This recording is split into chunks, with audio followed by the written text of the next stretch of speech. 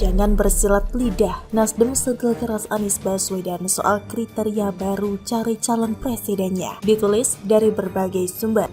Sebelum kita lanjut, jangan lupa subscribe dan nyalakan loncengnya agar Anda menjadi yang pertama mendapatkan informasi dari jurnal terupdate. Wakil Ketua Umum Partai Nasdem Ahmad Ali bereaksi keras soal Anies Baswedan yang menambah kriteria baru untuk cawapresnya di Pilpres 2024. Anies menyebut ada sosok cawapres yang cocok untuk maju, yakni harus memiliki kriteria nol atau bebas dari resiko hukum. Anies gak usah bersilat lidah, kata Ali saat dihubungi pada Jumat 21 Juli 2023. Ali mengaku bingung dengan bertambahnya kriteria itu dan meminta Anies sebaiknya mengumumkan cawapresnya.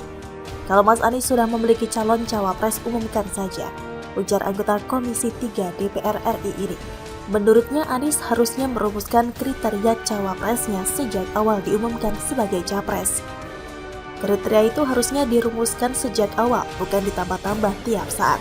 Jadi kesannya cocok-cocokan untuk orang tertentu atau mencoba menghalang-halangi orang yang lain, ucap Ali. Ali meminta Anies tidak perlu membuat kriteria-kriteria baru bahwa cawapres tidak punya masalah, sebab hal itu akan membuat persepsi baru di publik. Daripada dia mencocok-cocokkan orang yang dia maukan, susah nanti kita. Minim hukum, ya orang akan balik, lah emang kamu sedang bermasalah hukum orangnya, ya kan? Ungkapnya. Dilansir dari Sumo.com, siapa yang akan menjadi bakal calon wakil presiden dari Koalisi Perubahan untuk Persatuan sampai saat ini memang belum diketahui secara pasti. Di saat apel siaga untuk perubahan pada 16 Juli yang diharapkan Nasdem dapat mengumumkan nama calon pendamping Anies Baswedan ternyata gagal, dan isi acaranya hanya sebatas seremonial dan pidato politik Surya Paloh dan Anies Baswedan. Dalam pidato politiknya, Surya Paloh menyerang revolusi mental produk Jokowi yang gagal. Akibat kritik kepada Jokowi, satu pos kementerian harus berpindah kursi ke Budi Ari, Ketua Projo. Sampai kapan Nasdem dan PKS serta Demokrat akan putuskan satu nama calon wakil presidennya pendamping Anies Baswedan?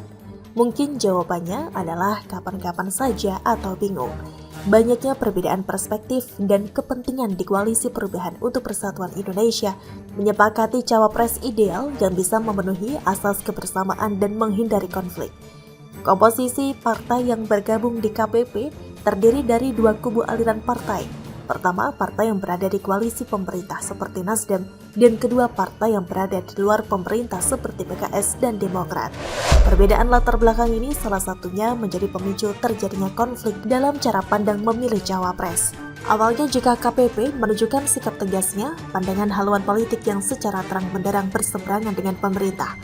Frasa kata perubahan sudah jelas menunjukkan jika koalisi tersebut head-to-head melawan dan mengkritisi kebijakan pemerintah.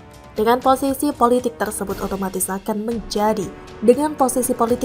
otomatis akan terjadi kesatuan, cara pandang dan bertindak untuk memilih wakil presiden berasal dari perwakilan yang mempunyai pandangan dan pemahaman politik yang sama. Wakil presiden tersebut mempunyai wajah serupa dengan representasi partai dan juga calon presidennya. Alhasil KPP menyodorkan calon berwajah dan berhati Anies Baswedan. Musibah terjadi karena calon wakil presiden yang dicalonkan oleh partai koalisi tidak bisa memberikan daya dongkrak elektabilitas signifikan. Misalnya PKS mengajukan Ahmad Heriawan, mantan gubernur Jabar. Sementara Demokrat mengajukan ketua umumnya Agus Harimurti Yudhoyono sebagai kandidat cawapres. AHY sendiri perolehan elektabilitas secara cawapres masih tertinggal jauh dengan nama-nama beken lainnya yang bukan ketua partai seperti Erick Thohir, Sandiaga Uno, dan Mahfud MD. Dalam proses pencalonan wakil presiden, Anies Baswedan diberikan keleluasaan untuk menentukan kriteria dari cawapresnya yang akan menjadi partner kerjanya. Bagi Anies Baswedan akan sangat konsen dan berhati-hati memasang siapa yang akan mendampinginya. Memasang kriteria cawapres yang ketat dan berjenjang. Kriteria utama yang melekat pada cawapres adalah pertama, cawapres wajib bisa membantu kemenangan pencapresan. Artinya, cawapres tersebut bukan mendompleng gelap yang justru hanya menempel elektabilitas capres. Kedua, cawapres yang bisa membuat koalisi solid dan cawapresnya harus punya visi yang sama dan membantu dalam proses pemerintahan yang akan terbentuk. Tidak terjadi persoalan matahari kembar dalam kepemimpinan. Ketiga, cawapres diharapkan bisa membantu dan bekerja sama di dalam proses pemerintahan bila ditakdirkan menang. Kriteria terakhir Anies Baswedan menyebut calon wakilnya harus diisi oleh sosok yang punya kepribadian baik. Selain itu, chemistry dengan dirinya juga harus baik. Anies Baswedan menambahkan untuk cawapresnya, yakni orang yang tidak bermasalah dan berani. Persoalan muncul ketika Anies Baswedan pada akhirnya tidak berdaya adanya intervensi politik dari pihak eksternal yang memaksakan pilihannya di luar patokan kriteria yang diminta Anies Baswedan. Keadaan politik bisa saja mendadak datang dari internal partai koalisi yang menginginkan mendaftar ketua partai atau perwakilan partai untuk mendampingi Anies Baswedan. Belum disepakatinya secara tuntas siapa saja yang akan maju sebagai capres dan cawapres oleh koalisi partai menyebabkan terhambatnya proses penentuan paket pencapresan yang pakem.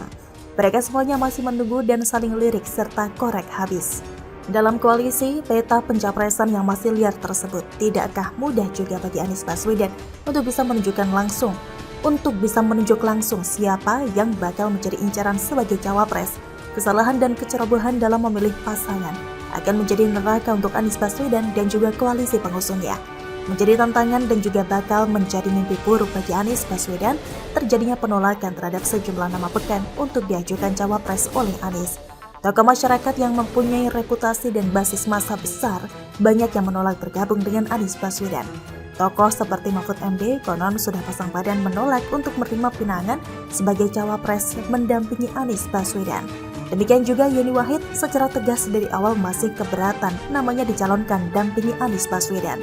Yeni Wahid secara ekstrim menyatakan jika Anies Baswedan juga belum tentu mulus atau dapat dicapreskan sampai garis finish pendaftaran presiden dan wakilnya oleh Nasdem atau partai koalisinya.